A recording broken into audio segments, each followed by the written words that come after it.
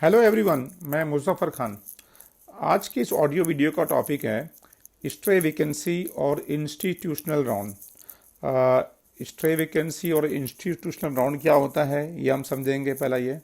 Second जो point है कि कौन से कैंडिडेट इस राउंड के लिए एलिजिबल होते हैं वो देखेंगे।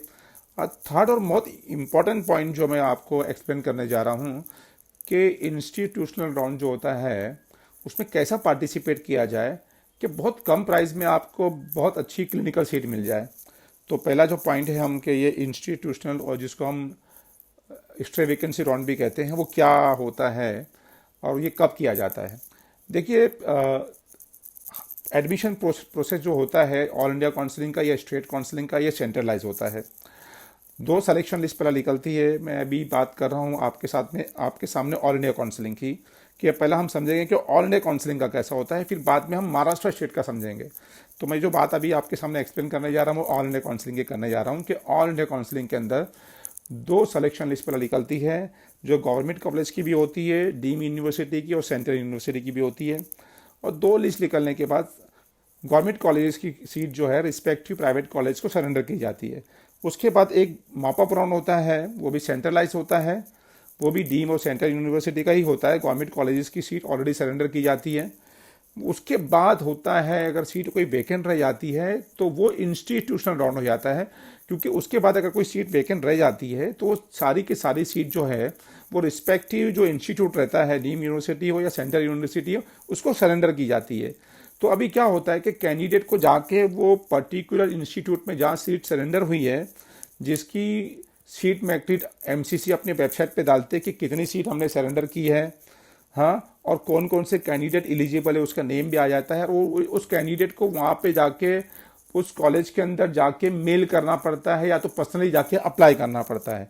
इसके लिए हम इसको कहते हैं institutional round, stray vacancy round. आप समझ गए होंगे ये मेरी बात को। सेम महाराष्ट्र काउंसलिंग में भी, महाराष्ट्र में भी ऐसी होता है, महाराष्ट्र स्टेट काउंसलिंग के अंदर भी यहाँ पे भी दो सिलेक्शन लिस्ट निकलती है। उसके बाद दो, एक मॉपअप राउंड होता है जो गवर्नमेंट और प्राइवेट कॉलेज का होता है। एक मॉपअप राउंड के बाद जो प्राइवेट कॉलेज की जो सीट वेकेंट रह जाती है वो रिस्पेक्टिव प्राइवेट कॉलेज इंस्टीट्यूट को सरेंडर कर दी जाती है। और आपको वो प्राइवेट कॉलेज में मेल नहीं करना रहता, पर्सनली जाके वहाँ पे अप्लाई करना रहता है। और इसलिए हम इसको इंस्टीट्यूशन राउंड कहते हैं। अभी हम समझ लीजिए कि महाराष्ट्र स्टेट का भी कैसा होता है, ऑल इंडिया भी कैसा होता है। अब सेकेंड पॉइंट में आते हैं हम। सेकेंड पॉइंट क्या है इसका कि इसमें कौन से कैंडिडेट एलिजिबल होते हैं। पहला हम ऑल इंडिया का देखेंगे कि ऑल इंडिया में कौन से कैंडिडेट एलिजिबल है। देखिए, ऑल इंडिया में जिसको भी फर्स्ट राउंड में सीट अलॉट हो गई है या सेकेंड राउंड में सीट अलॉट हुई है या मॉपअप में सीट अलॉट हो चुकी है, वो इंस्टीट्यूशनल राउंड के लिए एलिजिबल नहीं है। तो सीधा इसका मतलब यही हुआ है कि वही कैंडिडेट एलिजिबल है जिसको फर्स्ट में राउंड में सीट अलॉट हुई, उसने सिक्योर नहीं किया, सेकेंड राउंड में सीट अलॉट नहीं, सिक्योर नहीं किया, और मॉपअप राउंड में सीट अलॉट नहीं, सिक्योर नहीं किया, वो एलिजिबल कैंडिडेट है।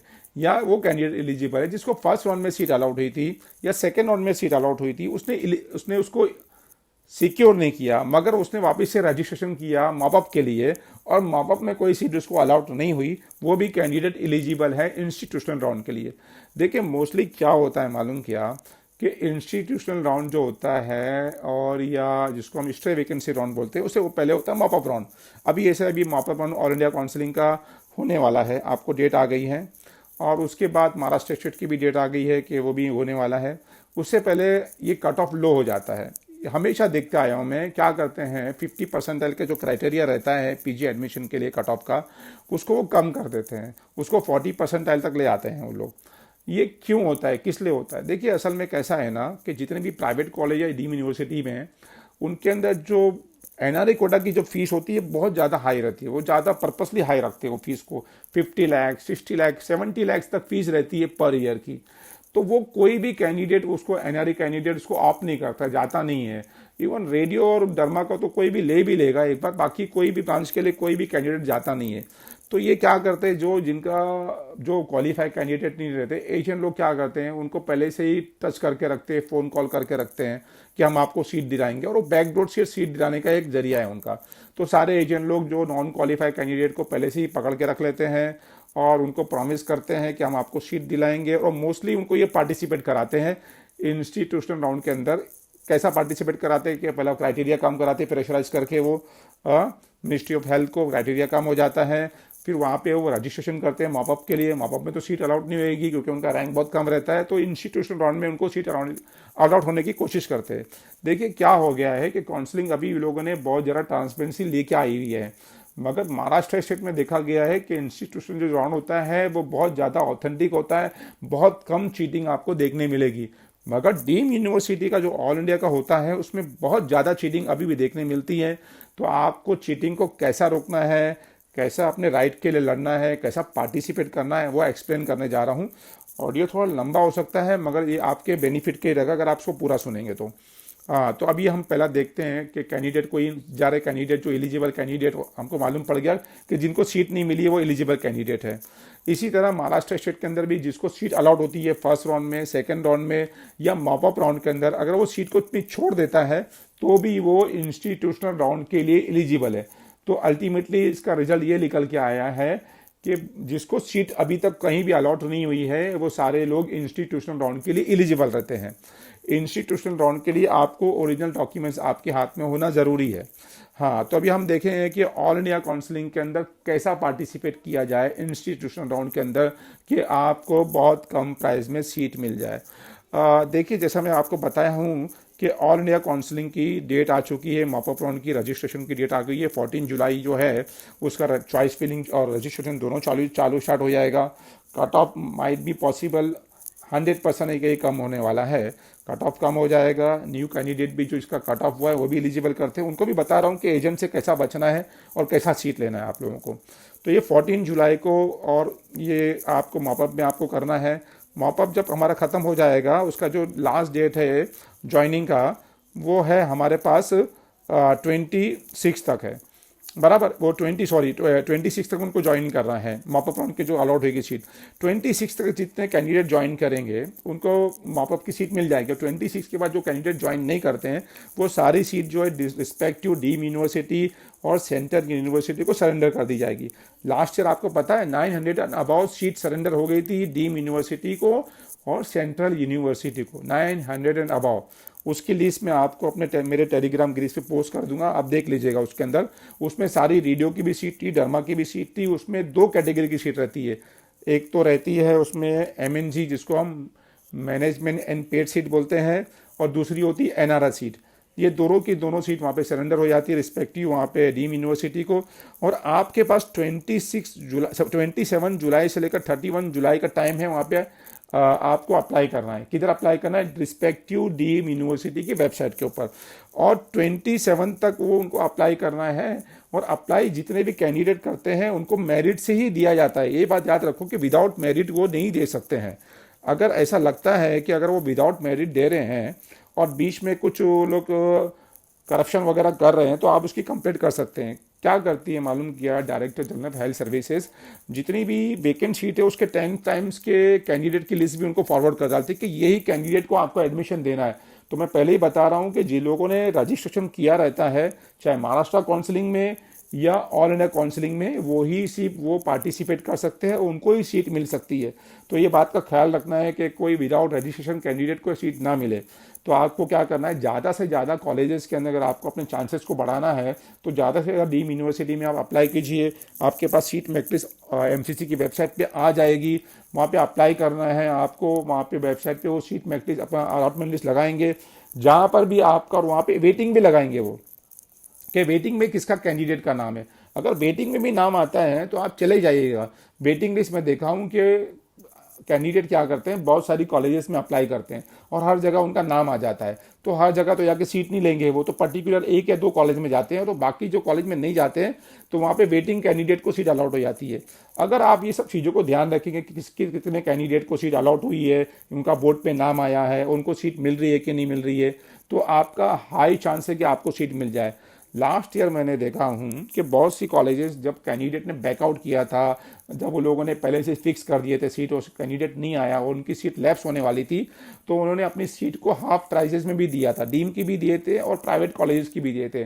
तो ये सब कैसा होता है कि डीम में तो मैनिपुलेट हो सकता है, मगर महाराष्ट्र स्टेट में मैनिपुलेशन के चांसेस बहुत कम है, क्योंकि महाराष्ट्र स्टेट के अंदर सिर्फ महाराष्ट्र स्टेट डोमिसाइल कैंडिडेट या जिसने यूजी यहाँ से किया है वो ही यहाँ पे अप्लाई कर सकता है। किधर पे? इंस्टीट्यूशनल राउंड के अंदर। और उनको ही सीट अलॉट होती है, तो बहुत ज़्यादा कम चांसेस रहता है कि यहाँ पे चीटिंग हो, और यहाँ पे बहुत ज़्यादा चांसेस है कि आपकी बार आपको सीट मिल जाए। क्योंकि महाराष्ट्र के अंदर जितने भी प्राइवेट कॉलेज में 50% सीट उनके पास जो रहती है वो एनआरआई और मैनेजमेंट कोटा रहती है। वहाँ पे अगर जब इंस्टीट्यूशन राउंड में महाराष्ट्र स्टेट की बात कर रहा हूँ मैं, भी ऑल इंडिया के तो समझा दिया मैंने आपको कि वहाँ पे आपको डीम यूनिवर्सिटी की ईमेल पे अप्लाई करना है, वहाँ पे लिस्ट लगेगी, लिस्ट को फॉलो करना है, जहाँ पे वेटिंग लिस्ट में भी नाम आ गया है आपको पर्सनली चले जाओ वहाँ पे और आपको सीट मिलने के बहुत ज़्यादा चांसेस है। अब महाराष्ट्र स्टेट में कैसा बता रहा हूँ मैं, महाराष्ट्र स्टेट का जैसा बता रहा हूँ मैं कि महाराष्ट्र स्टेट की जो लिस्ट है वो लगेगी यहाँ पर 22 को डिस्प्ले करेंगे वेकेंट कैंडिडेट की लिस्ट, वेकेंट जो सीट है कि जो मॉपअप जो राउंड खत्म होएगा महाराष्ट्र, उसके बाद 22 को लोग क्या करेंगे, सीट डिक्लेयर करेंगे कि इतनी इतनी सीट वैकेंट है। यहाँ पे 3 कैटेगरी की सीट होती है। एक एस कोटा होता है जिसको स्टेट कोटा बोलते हैं हम, जो नॉर्मल फीस होती है जिसकी। उसके बाद एक दूसरी कैटेगरी होती है, इसको आई बोलते हैं कैटा, जिसको इंस्टीट्यूशनल कोटा बोलते हैं हम, उसकी अप टू 4 टाइम फीस रहती है। एक एन कैटेगरी रहती है कि एनआरआई कोटा। अब क्या होता है इंस्टीट्यूशनल राउंड के अंदर, जरूरी नहीं है कि एन सीट जो है एनआरआई को दी जाए। ये सीट जनरल पब्लिक को मिलती है, चाहे डीम का हो ऑल इंडिया का, चाहे प्राइवेट कॉलेजेस का हो। तो जिसका भी अच्छा रैंक है उसको पहला सीट मिलने वाली है, ये बात आप समझ लो। तो महाराष्ट्र स्टेट में क्या करना है मालूम कि आपको यहाँ पे लिस्ट लग जाएगी पूरा, यहाँ पे सीट मैट्रिक्स भी आ जाएगी पूरी कि कितनी कितनी एस कोटे में सीट खाली है, कितनी आई कोटे में सीट खाली है और कितनी एन कोटे में सीट खाली है। ये सारी की सारी यहाँ पे आपको अपना सेट सेल की वेबसाइट पे मालूम हो जाएगा। हमेशा मैं देखता हूँ कि एस कोटे में भी सीट खाली रहती है, आई में भी खाली रहती है और एन में भी खाली रहती है। अब यहाँ पे क्या है मालूम किया कि एक एप्लीकेशन फॉर्मेट रहता है। वो एप्लीकेशन फॉर्मेट आपको 23 को सेट सेल अपनी वेबसाइट पे डाल देगा। उस एप्लीकेशन फॉर्मेट को फिलअप करना है। उसके बाद अपनी जो जितने भी आपके ओरिजिनल डॉक्यूमेंट्स की जेरॉक्स कॉपी कराना है, उसको अटेस्टेड करना है। और जितनी भी कॉलेजेस में सीट आपको वेकेंट दिख रही है वो ज़्यादा से ज़्यादा कॉलेज में अप्लाई करना है आपको जाके। जितनी ज़्यादा कॉलेज में आप अप्लाई कर लेंगे, महाराष्ट्र स्टेट के अंदर फिजिकली जाके अप्लाई करना है। तो कोविड का सिचुएशन है, अगर आप जितनी ज़्यादा कॉलेज में अप्लाई करेंगे उतने ज़्यादा चांसेस है, आपको बता रहा हूँ मैं। और महाराष्ट्र स्टेट के अंदर मैं पहले ही बता रहा हूँ आपको कि यहाँ पे कोई दूसरी स्टेट का कैंडिडेट अप्लाई नहीं कर सकता है। डीम में तो पूरे ऑल इंडिया वाले अप्लाई करेंगे, महाराष्ट्र स्टेट में कोई दूसरी अपना स्टेट वाला अप्लाई नहीं कर सकता। जो यहाँ हाई चांस है आपको सीट मिल जाए। तो यहाँ पे ये साल मेरा ऐसा गैस जा रहा है कि बहुत ज़्यादा सीट वेकेंट रहने वाली है इंस्टीट्यूशनल राउंड के लिए। मैनेजमेंट कोटा की भी रहेगी, इवन स्टेट कोटा की भी रहेगी और एनआरआई कोटा की भी रहेगी। तो अगर जिसने कोई सीट लेने जाता है, यहाँ पे जाने के लिए सोच रहा है, उसको बहुत ज़्यादा चांसेस है कि सीट यहाँ पे मिल जाए। हो सकता है कि इतनी सीट वेकेंट रह जाए कि आपको बार्गेनिंग प्राइस में भी सीट मिल जाए, यहाँ पे माइट भी पॉसिबल है। तो आपको क्या चांस है यहाँ पे कि आपको यहाँ पे 23 जुलाई से लेकर 26 जुलाई को हर कॉलेज में जाके अप्लाई करना है। ज़रूरी नहीं कि आप अपना हर जगह आप ही जाए, कहीं आप जाइए, कहीं अपनी मम्मी को, कहीं पापा को, या अपने ब्रदर को, या अपने फ्रेंड्स को भेज दीजिए, वहाँ जाके अप्लाई करिए। जाके जितने भी कॉलेज में अप्लाई करेंगे आप अप्लाई कीजिए। 27 को उसकी after 6 PM respective medical colleges की वेबसाइट के ऊपर लिस्ट, मेरिट लिस्ट, आपकी जो सिलेक्शन लिस्ट है, जो कैंडिडेट को सीट अलॉट होगी उनकी और वेटिंग वालों की कैंडिडेट की लिस्ट डिक्लेयर हो जाएगी। आपको उनकी वेबसाइट को चेक करना है। जब लिस्ट डिक्लेयर हो जाएगी, जैसा मैंने पहले बताया हूँ, अगर आपका कोई अच्छी कॉलेज में 4-5 जगह आप अप्लाई करेंगे, ज़्यादा से ज़्यादा प्राइवेट कॉलेज में अप्लाई करेंगे आप, जो कॉलेज में अच्छी और जो कम फीस में है वहाँ जाइए अपनी सीट, अगर वहाँ पे सिलेक्शन आपका हो गया है वहाँ जाइए अपनी सीट को ले लीजिए आप। अगर आपका नाम वेटिंग में भी है तो भी ज़रूर जाना है आपको। मैं बता रहा हूँ आपको 29 तक का टाइम है, ये 29 2 PM तक का, ये अप टू 5 PM तक का टाइम है कि सीट लेने का, जिन लोगों ने सीट लिया। 29 को अगर आपका वेटिंग में है नाम, जो कॉलेज में आप जाके स्टैंड हो जाइए, खड़े हो जाइए वो कॉलेज के अंदर। क्योंकि रूल के हिसाब से जो वेटिंग लिस्ट के कैंडिडेट है उनको ही सीट देना है। कोई बाहर वाले को कोई भी अप्लाई नहीं कर सकता है अभी। वो सीट को कोई दूसरा क्लेम नहीं कर सकता है। बहुत इंपॉर्टेंट पॉइंट मैं आपको एक्सप्लेन करने जा रहा हूँ। अगर आप ये पॉइंट मेरा समझ जाएंगे तो आपको बहुत बार्गेनिंग प्राइस में सीट मिलेगी। मेरा एक्सपीरियंस रहा है, कैंडिडेट बार्गेनिंग प्राइस में सीट लेते हैं, हर साल लेते हैं और मुझको फिर बाद में मैसेज करते हैं थैंक्स के लिए। तो ये साल भी मुझको लगता है कि आप लोगों को सीट मिलेगी और थैंक्स के मैसेजेस आएंगे। तो क्या है, 29 को अगर आपका वेटिंग लिस्ट में नंबर है, आप वो कॉलेज में स्टैंड करेंगे तो कॉलेज वालों को सिर्फ वो जो वेटिंग लिस्ट कैंडिडेट है उनको ही सीट देने का राइट है, बाकी किसी को सीट दे नहीं सकते हैं। तो अगर आप वो सीट के लिए बार्गेनिंग भी उस टाइम पे कर सकते हैं। और 31 जुलाई लास्ट डेट है एडमिशन क्लोज करने की। इस तरीके से अगर आप स्टे वैकेंसी और इंस्टीट्यूशनल राउंड में अगर पार्टिसिपेट करते हैं महाराष्ट्र स्टेट के अंदर या ऑल इंडिया काउंसलिंग में, तो बहुत थोड़ा बहुत चीटिंग होती है। जैसे मैं पहला कहा था, महाराष्ट्र स्टेट में बहुत कम चांसेस है। एजेंट लोग बात कर रहे हैं सीट दिला के देंगे, पॉसिबल नहीं लगता है मुझको कि महाराष्ट्र स्टेट के अंदर एजेंट आपको बैकडोर से कोई सीट दिला सके। दिला कब सकता है कि सारे कैंडिडेट को वो बाईपास करने की कोशिश करे।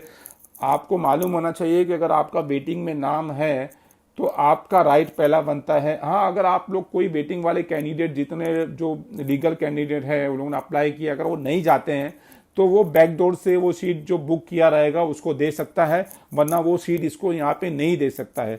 तो आप लोग मेरी जितने भी जिनका भी लोअरिंग कट ऑफ हुआ है, जिनको एजेंट लोग के फ़ोन आ रहे हैं, बी केयरफुल रहिए कि महाराष्ट्र स्टेट में चीटिंग करना इतना आसान नहीं रहा है। ये मेरा एक्सपीरियंस रहा है। एजेंट लोग आपके पैसे ले लेते हैं और आपको सीट नहीं मिलती है। हाँ, डीम में माइट भी पॉसिबल है कि आपको सीट मिल जाए, अभी भी चीटिंग डीम में चालू है।